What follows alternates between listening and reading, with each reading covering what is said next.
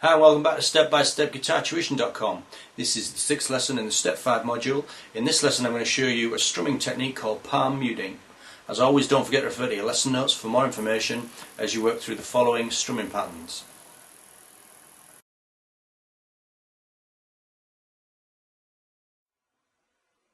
Firstly, let me demonstrate the palm muting technique so that you can hear what it sounds like, and then I'll explain how to do it.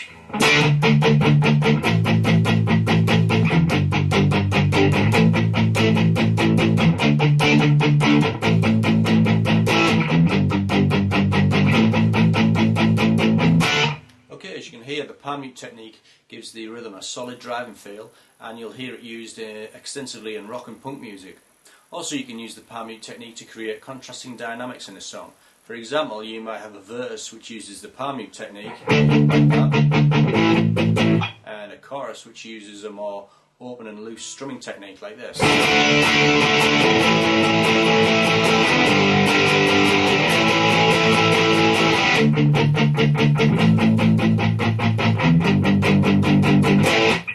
And you can hear the contrast between the verse and the chorus more clearly.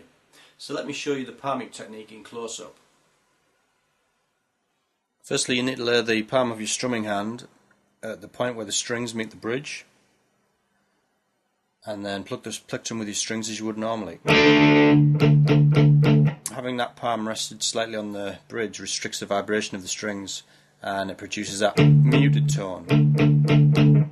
You can control the amount of mute by moving your palm slightly back and forth, as you can hear. If you're doing this on an electric guitar which has a tremolo bridge instead of a fixed bridge, you might need to be careful not to put too much pressure on the bridge, as this can knock the guitar out of tune. So just lay that palm of your hand just lightly on the bridge there, and then strum the strings as you normally would, and you can hear that muted tone.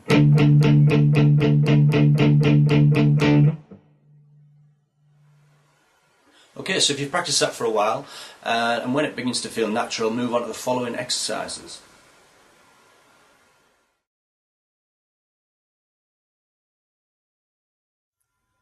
For the first palm mute exercise, we'll use two chords, open D and open A major. Start with your D chord and lay the palm of your strumming hand lightly on the bridge as I showed you earlier.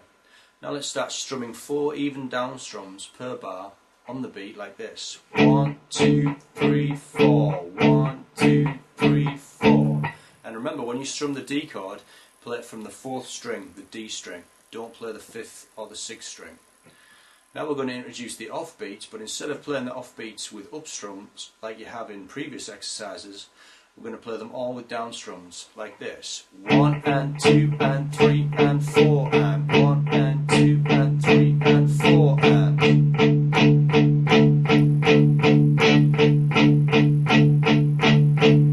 Okay, if you've got that, now try 2 bars on D and then 2 bars on A. But remember, when you strum the A chord, strum it from the 5th string, the A string, don't play the 6th string. Let's have a go at that. 2 bars on D and then 2 bars on A.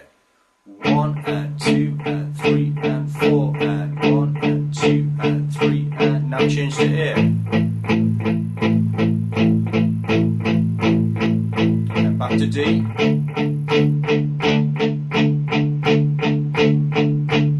Back to A.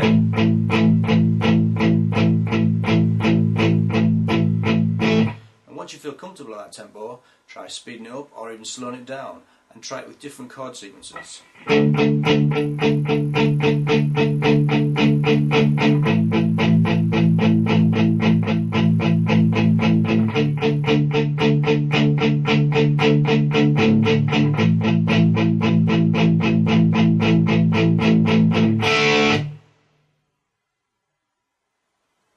You may have noticed that when you're palm muting, the movement of your strumming hand is restricted slightly, which makes it hard to strum all of the strings. If so, just make sure that you strum the root note, or the lowest note of the chord, and 2 or 3 of the strings above it. For example, so with the D chord, when you're palm muting, if you just try to strum the D string and the G, and if you can catch the B as well, that'll be enough. And on the A chord, if you strum the A string and then you're going to catch the D string as well, and perhaps the G string also.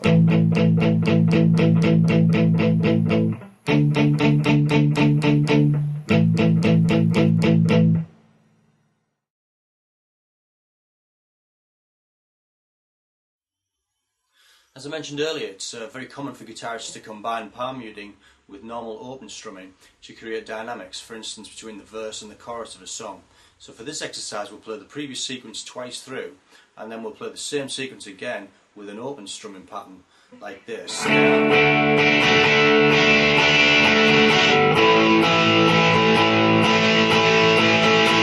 that's kind of like a 1, 2, 3 and 4, down, down, down, up, down.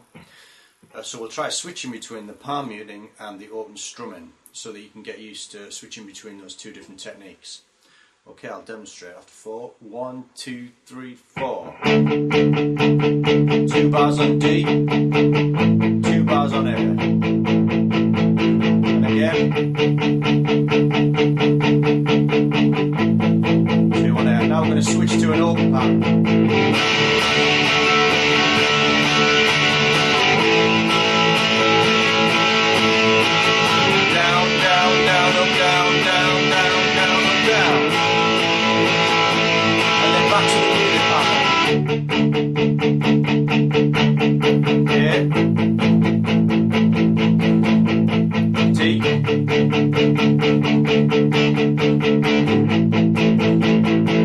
And then the open pattern again, down, down, down, down, down, up, down.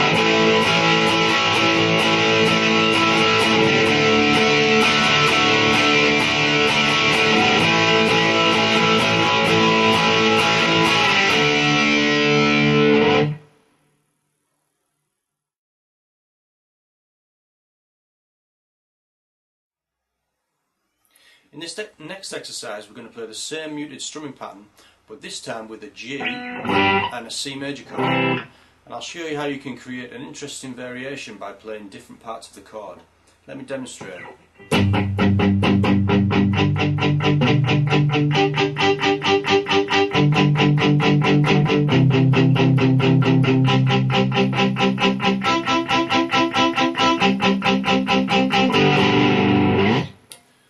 So you can hear that even though I was only playing 2 chords, the combination of the palm muting and strumming different strings made it sound more interesting. Let's start with the G chord, and whilst palm muting, only play the bottom 2 or 3 strings for a few bars.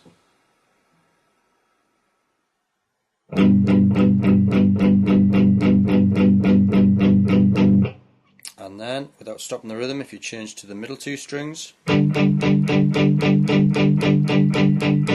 and then the top 2 strings. So you've got the bottom 2 strings, the middle 2, top 2.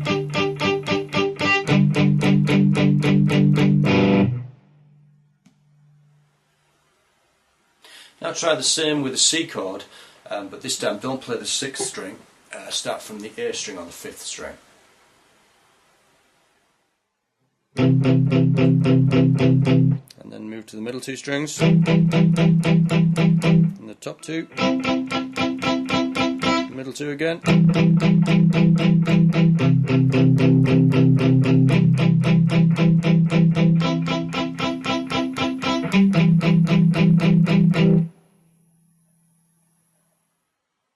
now let's try putting those 2 chords together, starting on the low strings, 1 bar on each. So with the G chord after 4, 1, 2, 3, 4. C, G, C, and now we'll shift to the middle strings now. Same 2 chords, 1, 2, 3, 4.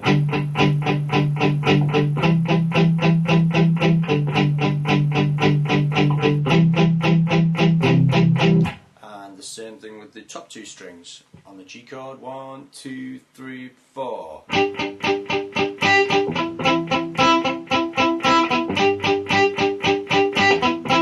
the bottom strings again.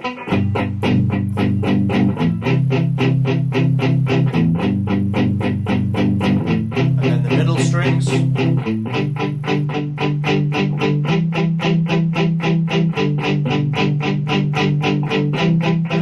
strings.